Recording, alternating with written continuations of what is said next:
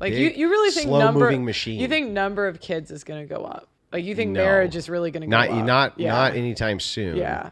Not anytime soon. But here's the thing: the trend is population's going to still increase a little bit, then it's going to plateau, and then the nosedive that we have in the years of pain that'll come from having an elderly population that doesn't have enough young people to care for them is going to be very brutal. But I do think that necessarily, just like we've seen, time and time again, we even saw it in Soviet Russia, but the propaganda has to start or you don't have a society. Right. But I guess because my question would be like, what incentive do the men, if we have to go through like 20 years of bullshit to get a wife, like what incentive do the men have to not sleep around?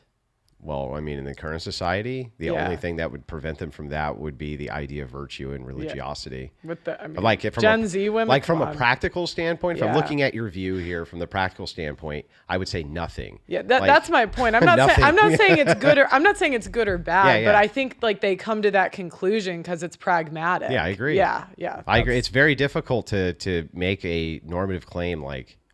The normative claim, the moral claim, that's easy, right? But it's hard to make a more normalized claim, let's say, not normative, but normalized claim of, you just really shouldn't sleep with a bunch of chicks because it'll have a bad outcome. It's like, that's that's a harder line to toe.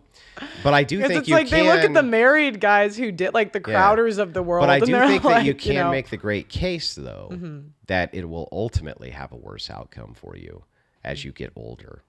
That ultimately it'll have a worse outcome on you as an individual. It'll have a worse outcome on you as a man to not have children. It'll have a worse outcome for you ultimately. I think I can demonstrate that pretty easily. But I'm with you in the idea of like, trying to tell a bunch of 25-year-old men not to go fuck everything that moves when it's willing to have sex with it. That seems like a tall order. I get it. But I don't think for practical purposes, ultimately that the red pill is right on that. I think that the Christian right is more correct on that the outcomes for most men would be better ultimately served, and in the short term for society ultimately served by trying to remove promiscuity in these behaviors.